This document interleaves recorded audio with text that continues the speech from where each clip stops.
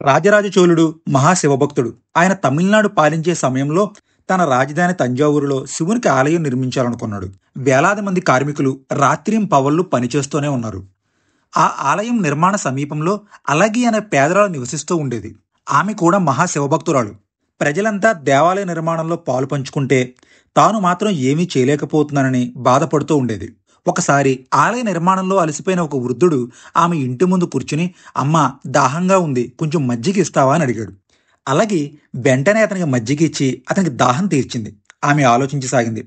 మహాశివునికి సేవ చేస్తున్న ఈ కూలీలందరికీ మజ్జిగ అందజేస్తూ ఉంటే ఎంత బాగుంటుంది కదా. మహాశివునికి నా చేతనైన సేవ ఇదే. వెంటనే తన నిర్ణయాన్ని అమలుపరిచింది. కానీ వెంటనే ఆలోచించింది. తన దగ్గర ఉన్నవి 2 ఆవులు. ఇంతమంది కూలీలకు ప్రతిరోజు మజ్జిగ ఇవ్వడం ఎలా అని ఆలోచించింది. తన పూజా మందిరంలో ఉన్న శివుడి దగ్గరికి వెళ్ళి ఇలా ప్రార్థించింది. ఈ ఆలోచన పుట్టించింది నీవే.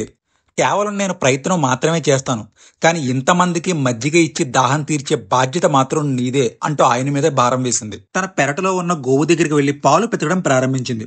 కుండలు కుండలు పాలు వస్తూనే ఉన్నాయి. అది చూసి అలాగే మహదానందపడిపోయింది. కూలీలందరికీ మజ్జిగ ఇవ్వడం ప్రారంభించింది. దాహం తీర్చుకున్న ప్రతి ఒక్కరూ ఆమెను ఆశీర్వదించేవారు.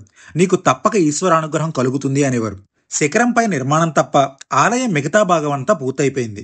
చిత్రంగా శిఖర పైభాగాన్ని ఎన్ని రాళ్లతో చెక్కుతున్న శిల్పి ఏదో లోపం కనిపిస్తూ శిఖర పైభాగం మాత్రం పూర్తయ్యేది కాదు. ఆ విషయం తెలిసిన రాజరాజ చోళుడు కూడా చాలా బాధపడేవాడు.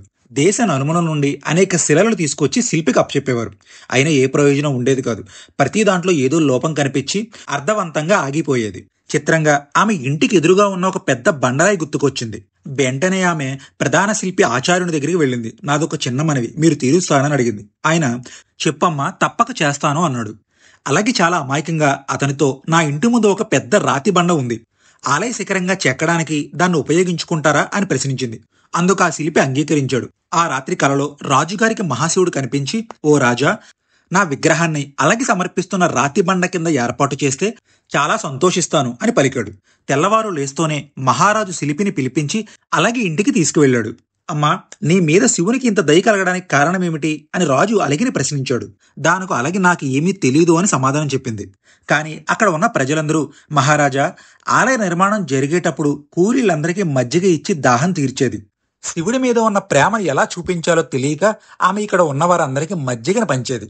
నిస్వార్థంగా చేసే సేవే ఆ శివుడికి ఇష్టం. అందుకే అనుకుంటా శివుడు సాక్షాత్తు ఆవిడ ఇంటి ముందే ఉండాలని కోరుకుంటున్నాడు. ఆ మాటలు విన్న రాజు ఆశ్చర్యంతో, అమ్మా, నీ అకుంఠిత భక్తితో శివుణ్ణి బంధించావు. రాజు దేవాలయం ముందు ఒక చెరువు తవ్వించాడు. ఆ చెరువుకి అలగి అనే పేరు పెట్టాడు. భక్తికి సేవకి స్థాయి ఉండదని ఈ కథ ద్వారా తెలుసుకోవచ్చు.